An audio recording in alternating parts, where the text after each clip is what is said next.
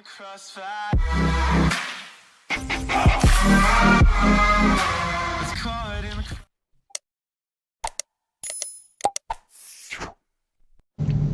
Ya, halo netizen YouTube, antusias otomotif dan audio. Saya mau review head unit universal dengan brand PCX. Ini kebetulan yang saya beli ukurannya 9 inci. Saya nggak akan bahas detail unboxing, saya hanya ingin mereview penggunaan head unit universal 9 inci yang saya beli di online shop sekitar harga 1.200.000 hingga 1.400.000 tergantung dari seri yang kita beli, karena ada beberapa dia mengeluarkan, ada yang seri DSP yang di atas harga di kisaran 1.700.000 ke atas, dan ada lagi yang high quality kalau nggak salah, saya pernah tanya di kisaran 2.200.000 ke atas lah. Nah ini kalau yang ini versi termurahnya yang saya beli. Banyak dari review YouTuber yang lain sudah membahas detail mengenai unboxing head unit tersebut. Ini kalau dari tampilan ya, untuk terangan kotak seperti ini. Nah ini fitur ininya. Untuk USB kita dapatnya 2 kabel ya dari head unit. Yang tidak ada ini, dari yang ada di gambar ini, logo di gambar ini, yang tidak ada ini SD card. Saya nggak nemuin tuh di mana soket SD card, kecuali mungkin colok melalui USB ya, ada yang SD card tambahan gitu aja. Paling isinya ya sama seperti yang lain ya. Oh ya, untuk ini nih, ini kartu garansi. Nah ini detail ya, detail dari buku manual, spesifikasi ya, bisa dilihat sendiri. Kayak audio, daya maksimal wattnya, daya RMS. Ini fitur produk.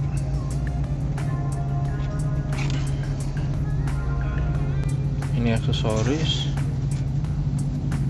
Ini diagram soket ya, karena otomatis berbeda-beda tiap mobil soket bawaan dan soket head unit. Oke, udah, mungkin itu aja dulu. Kita langsung bahas ke head unit. Oke, ini saya pasang head unitnya di Toyota Calya. Sebelum kita bahas lebih lanjut, ada sedikit hal yang mengganggu ketika pemasangan, mungkin sedikit kurang estetika kalau dilihat. Pemasangannya kan karena dia ini menonjol keluar, dan untuk Toyota Calya sendiri agak sulit mencari frame-nya karena tidak ada dijual. Ada yang jual juga, rasa-rasa nggak masuk akal harganya. Yang tidak enak tuh dari samping ini ya. Sebentar. Nah itu kuping frame-nya bracket, nggak enak kelihatannya. Saya sih rencananya tuh kayak dari samping juga tuh. Saya sih rencananya mau saya cat aja, cat semprot gitu ya, cat kaleng. Sewarna, paling enggak ya sewarna body atau sewarna dashboard ya. Ada tip khusus pemasangan bracket agar terlihat lebih ke dalam. Pemasangannya kadang saya liatin lebih keluar ya. Serta nanti kalau misalkan ada request juga, mungkin sekalian saya bikinin wiring diagram untuk kabel-kabelnya gitu ya. Dan dimana naruh soket GPS. Dari head unitnya sendiri, setelah pemakaian saya sekitar seminggu ya, kualitasnya menurut saya sih lumayan ya. Oh ya, sebelumnya saya di sini hanya ingin membahas kelebihan dan kekurangan dari head unit aja ya. ada salah satu hal yang saya pikir lumayan fatal dari head unit. Ini tampilan screensaver ya, jadi ada kecepatan, jam. Nah ini padahal mobilnya sedang diam nih. Ini untuk tampilan home. Kalau yang ya tema, ini tema ya, tema bisa dirubah-rubah. Sedangkan kalau awal baru kita beli, ketika dihidupkan dia itu keluar logo PCX seperti di video review YouTube yang lain ya, keluar logo PCX dan tulisan Android. Logo PCX-nya itu sendiri bisa dirubah jadi logo mobil. Nanti saya jelaskan pengaturan settingnya. Oke, ini pertama kali. Kalau untuk saya jelaskan langsung ke ininya deh, temanya dulu. Tema itu di car setting ya. Nah ini kalau pertama kali kita baru beli itu larinya ke display. Nah ini kalau pertama kali kita baru beli, tema yang didapatkan nih yang itu tema kosong. Nah, coba lihat. Nah ini tema pertama kali yang kita beli. Nah, sayangnya tema ini fungsinya tidak ada kilometer ya. Kalau di screensavernya ada, tapi ini juga opsional. Jadi ketika kita dapat pertama yang ada di software bukan ini. Jadi pilihannya kalau nggak salah ada analog sama digital. Jadi menampilkan jam. Pilihannya ada, temanya ada beberapa lah. Kecepatan itu berfungsi dengan baik. Hanya dia memiliki jeda sekitar 1-3 detik dengan kecepatan mobil asli ya, karena ini dia kan hanya membaca dari modul GPS. Ini tingkat kecerahannya lumayan, kalau untuk seri yang ini ya, tingkat kecerahan siang ketika kena sinar matahari termasuk bagus. Karena dulu ada beberapa seri sebelumnya ya, untuk yang Android Universal katanya kalau kena matahari atau siang itu silau, jadi sedikit buram ya. Kalau ini tidak, malah tingkat kecerahannya bagus. Hanya saja untuk kecerahan di malam hari itu yang kurang enak karena jadinya silau karena terlalu terang ya. Tapi ya terbantu dengan screensaver. Nah ini yang saya bilang tadi, screensaver ya. Nah ini kalau nggak salah yang digital clock yang pertama kali. Kalau jadi tampilannya berupa jam ya.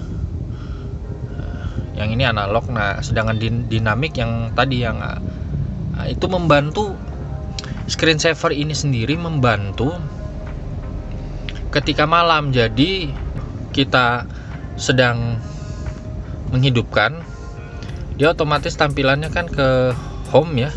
Home seperti ini nih lumayan terang ini. Kalau malam ya terang sekali. Kalau sekarang kondisinya kan sedang sore.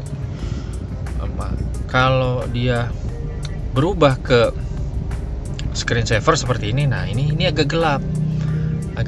Sebenarnya sih bisa, kalau kita nggak mau ada cahaya sama sekali gitu ya, bisa dimatikan saja ininya. Tuh dimatikan. Walaupun kondisi radio sedang hidup ya, dia tetap suaranya tetap ada,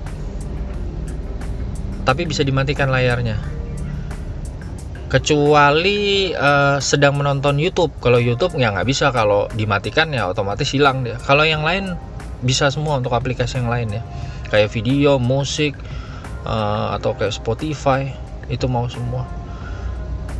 Kalau untuk khusus YouTube aja nggak bisa. Nah ini berapa lama settingan screensaver yang keluar, mau tanpa screensaver atau mau berapa detik.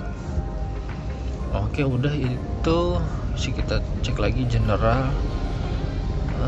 Ini Illumine Detect ini di on kan tuh fungsinya pada tombol yang ada di sini. Jadi kalau kita menghidupkan lampu senja atau lampu malam, dia otomatis hidup. Tuh yang di sampingnya hidup ya. Ini kalau saya matikan dia mati. Nah fungsinya ke situ saja ya. Kalau untuk kabel, dia kalau ada soket di belakang ada tulisannya, iluminasi ya. Kalau beberapa brand yang lumayan mahal ya atau branded ya, dia otomatis redup. Kalau ini nggak ada otomatis redupnya. Ya sesuai harga lah. Selebihnya tuh settingannya saya nggak terlalu nyoba juga. Ini ada device infonya.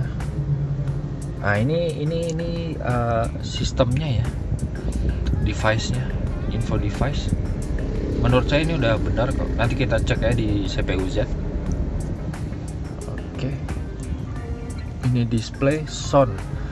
Nah ini untuk sound, ini salah satu letak kekurangan yang sangat fatal, karena ternyata audio yang dikeluarkan oleh head unit ini hanya ada balance kiri dan kanan ya, tidak ada fader depan atau belakang, hanya kiri dan kanan. Memang dari keterangan yang ada di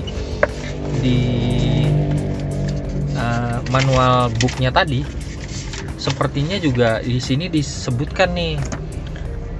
Cuman saya nggak terlalu ngerti ya, mungkin teman-teman nanti bisa kolom di komentar. Nah ini maksudnya mungkin ini kali ya, dua output audio garis. Jadi hanya memiliki dua line dia, kiri dan kanan, tidak ada depan belakang.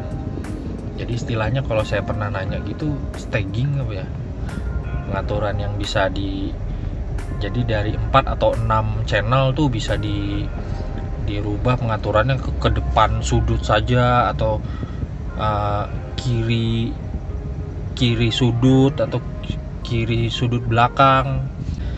Kalau ini nggak ada. Ini saya pernah nanya ke sellernya, ada, tapi ternyata kalau saya baca-baca di forum luar negeri memang tidak ada. Karena untuk head unit tipe yang ini termasuk yang terbawah ya, dia itu tidak ada di motherboard head unitnya, dia tidak ada chip audio. Jadi kayak semacam chip DSP gitu ya, yang digital sound processor. Tidak ada itu. Pernah ada saya baca juga di forum luar negeri, ada mereka mengakali menambah chip di solder ya, di papan motherboardnya, terus kemudian softwarenya diganti, software bawaan head unitnya diganti, baru dia bisa kebaca. Tapi kalau yang ini saya rasa saya belum nemuin juga tuh ada software atau ada OS yang bisa merubah untuk ini ya. Walaupun ketika saya baru hidupkan pertama kali, softwarenya sendiri update nih. Nah itu jadi letak untuk sound ya, termasuk juga equalizer. Nah ini yang sangat juga mengganggu nih, equalizer.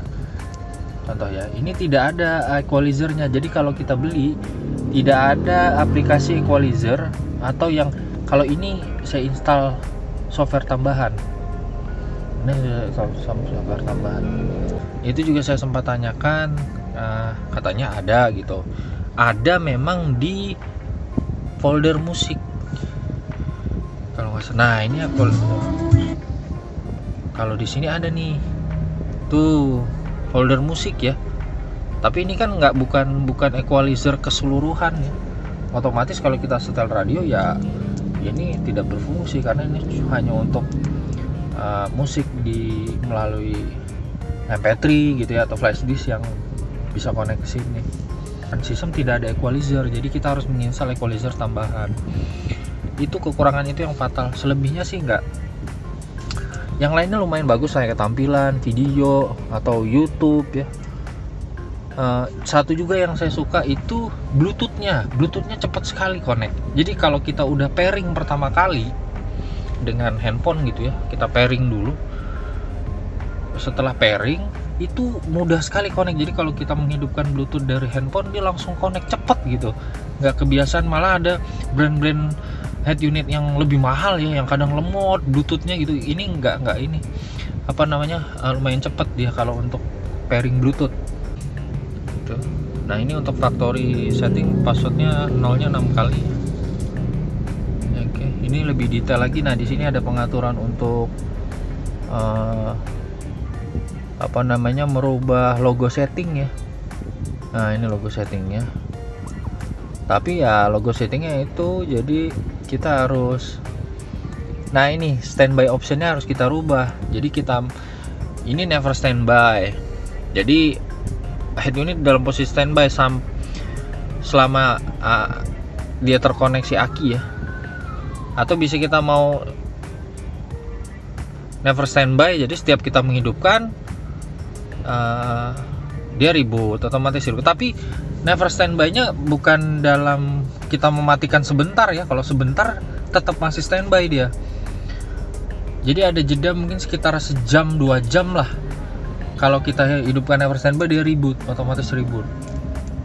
Kalau saya milih yang 1 hari aja. Oke. Sebenarnya mau standby-nya dihilangin sih nggak masalah, karena proses rebootnya lumayan cepat, nggak memakan waktu yang lama deh. Kalau yang lain-lain tidak ada yang saya rubah ya. Saya juga nggak terlalu ngerti ini maksud yang ada di head unit ini. Mungkin teman-teman bisa bantu dong, fitur-fitur apa yang bagus gitu, yang harus diaktifkan pengguna-pengguna khususnya head unit Android PCX ini ya. Nah, ini device info. Coba kita cek ya device infonya di CPU Z. Nah, ini quad core ya, prosesornya sesuai. Terus ini device-nya RAM-nya juga sesuai ya, 2 GB ya. Nah, ini internal storage-nya totalnya segini ya, nggak nyampe 16 ya. Kepotong dengan operating systemnya ini. Oke, ini Android versionnya 10.1. Oke.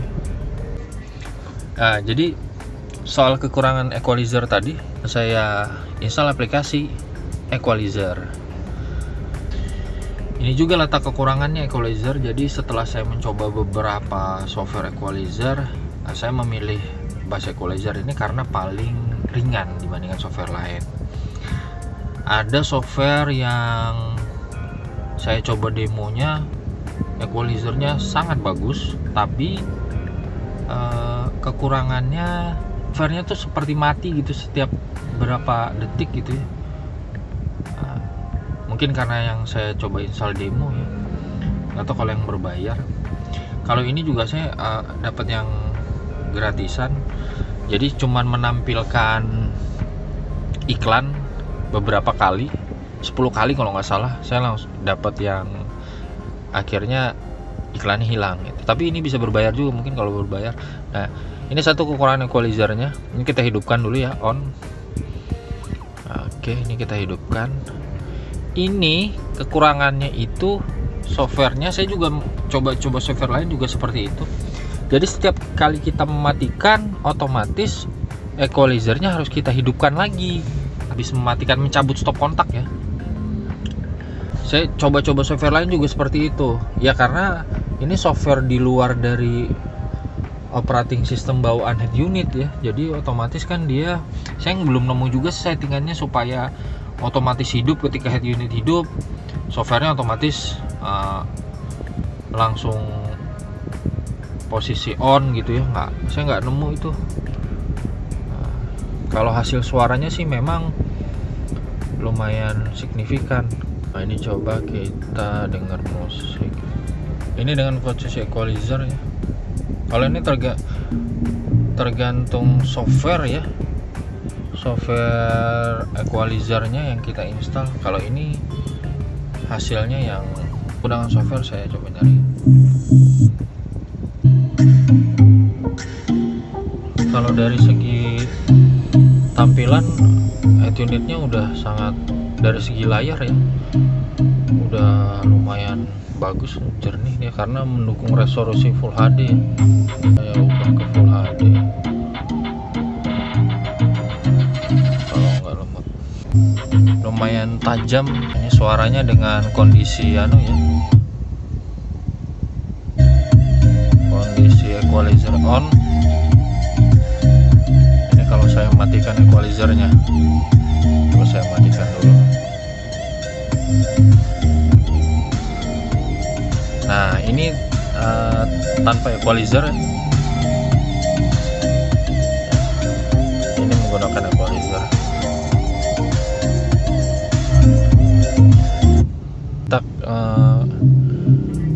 kekurangannya dari head unit ini ya equalizer ya. Equalizernya yang tidak ada. Selebihnya sama seperti penggunaan Android ya. Kita bisa install aplikasi-aplikasi Android ya. Untuk tampilan Google Map, Google Map sendiri agak sedikit berat. Nah, ini satu juga kekurangannya ya. Ini salah satu kekurangan dari head unit. Ketika sedang berjalan, akurasi dari posisinya itu kadang tidak sesuai. Jadi kita nggak bisa menggunakan map yang ada di head unit ini dengan baik ya. Jadi posisinya kadang menggeser gitu, tidak sesuai dengan posisi kita. Ini saya nggak tahu kenapa seperti itu, atau mungkin karena posisi modul GPS yang saya taruh di dalam ya, di belakang head unit, mungkin perlu agak keluar, atau mungkin perlu modul GPS yang dia agak lebih mahal supaya lebih akurat. Jadi kadang misalkan posisinya, nah itu juga agak sedikit lemot ya, buka-buka map. Saya hampir jarang menggunakan map ini karena agak lemot dan posisi akurasinya tidak begitu baik dia. Begitu juga saya coba install Waze juga seperti itu. Mungkin karena modul GPS-nya harusnya bisa ditaruh di dashboard gitu, cuman saya nggak enak aja ngelihatnya karena ganggu kebersihan dashboard. Saya nggak suka ada barang-barang ditaruh di dashboard. Posisinya dia nggak akurat kalau kita lagi jalan ya. Tuh, ini aja saya bukan di sini padahal posisinya agak berbeda dia dari titik dia. Oke. Nah, ini akurat nih Kak. Waze lebih ringan ya dari Google Map. Kalau lagi di tol kadang suka posisi tuh kan, dia posisinya nggak terlalu akurat. Beda dengan kalau kita lihat di handphone gitu ya. Itu kekurangannya satu, mungkin modul GPS-nya kayaknya perlu ada ini ya, yang tingkat akurasi GPS-nya bagus ya. Udah itu aja bisa yang saya ketahui ya, kelebihan kekurangan yang saya tahu. Mungkin teman-teman bisa bantu ada kelebihannya apa atau solusi mengenai equalizer ya. Oke, mungkin sekian dari saya. Teman-teman mohon saran atau info ditulis aja di kolom komentar ya. Oke, makasih.